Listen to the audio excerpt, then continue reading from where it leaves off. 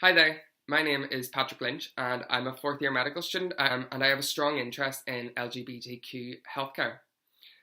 Recently I've seen massive advancements in the treatment and the management of HIV, but these triumphs are battling against the stigma of fear and outdated false beliefs of what the virus actually is.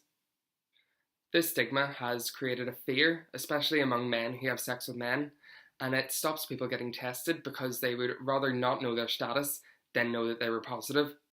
So I've spent the past week interviewing people from all different parts of my life, and I've been asking them what do they know about HIV and what would they do if I told them I was HIV positive.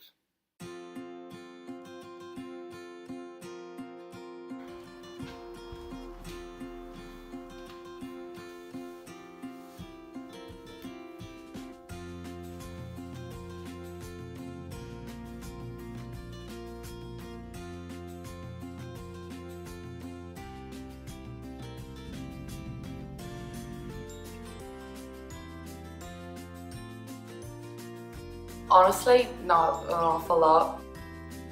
Very little. Honestly, not a lot. The most I know is that it's a virus. So HIV stands for Human Immunodeficiency Virus. You get it from unprotected sex. You can get it through like bodily fluids, or like having sex, blood, using injections. A sexually transmitted disease that's very common among gay men. But straight people do get it. If someone has HIV, people would say they've got around, they've had sex a lot, they've had multiple sexual partners. There's a lot of stigma behind the disease as being sort of a dirty disease, especially among the gay community. I think a lot of the thing around it that, oh my god, you have HIV, your life is over, or is a big stigma that's attached to it, which isn't true. It was basically seen as a gay disease years ago. Still is by some people today. But there was a lot of propaganda basically around it in the 80s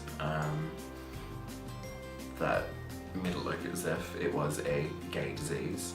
I don't know whether there is a successful treatment. It's changed so much that you can live with HIV and there are treatments. You can't really end it, but you can stay alive while you have it. So yeah, HIV stands for Human Immunodeficiency Virus. It's a virus that's spread through bodily fluids. So there is blood, semen, vaginal fluids and anal mucus.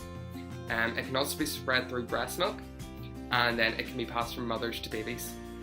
It cannot be passed through spit, so you cannot catch it from kissing unless you have a cut in your mouth or gum disease.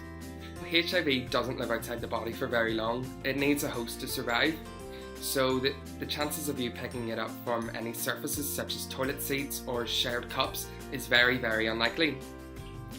It hides in your immune system and attacks it, and it destroys certain white blood cells that are used to fight infections. If these white blood cells go below a certain point, that is what is defined as AIDS, and you're more susceptible to certain infections.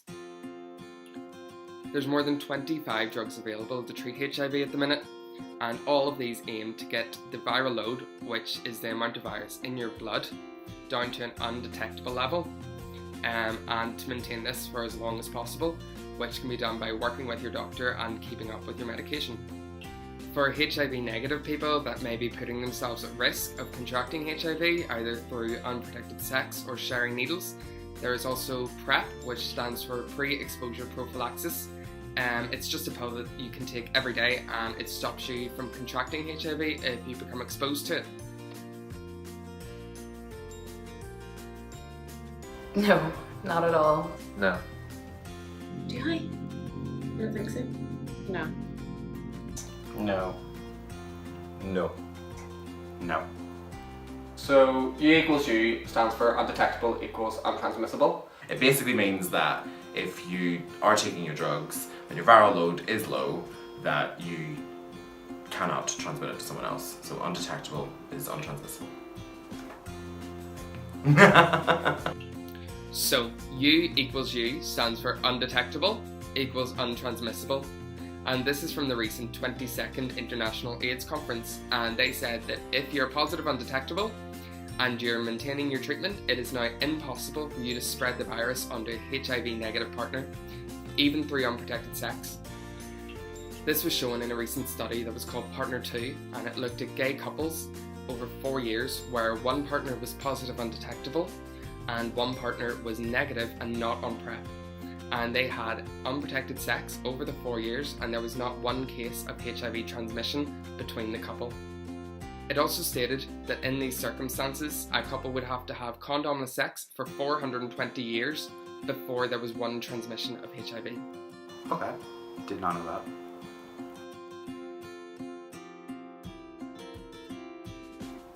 Totally support you. I would grab your hand. I would pull you in for a big hug. I would give you a massive hug. I wouldn't really care that much because there's treatment and stuff, so you would live a normal life and it would all be the same. Nothing would change. I would want to talk to you and learn more about it. Learn about the options that there are, whether it's transferable or not, how you got it. I suppose just keep an eye on you and make sure that you're still you. From a medical perspective, then I would tell you that there's lots of treatments available. I would tell you to make sure that you're getting the right treatment for it, that you're getting tested. There are ways and means that if you're clever and smart about it and consistent about it, that it's not going to be a problem for you. But I'd be proud of you for knowing your status, because so many people nowadays don't get tested and they don't know their status. Just support you on the journey, because obviously you would need all the support that you can get. I would say don't worry, but be careful and make sure to take your medication.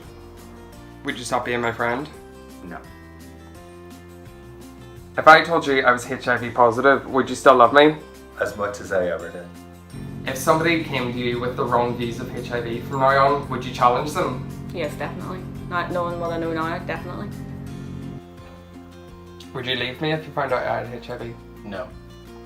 No, I would want to support you through it. I would stay with you. Is without obviously me getting it, whilst supporting you, finding out the options and what happens next and learning more about it together. Through this video, I just wanted to show how a few simple facts can completely change somebody's outlook and views on what HIV is and what it means in today's world.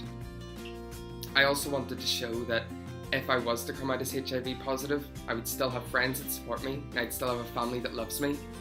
And even those that don't have a massive knowledge of what HIV is, just telling them those few facts about you equals you meant that the stigma wasn't there, and they didn't view me as any differently.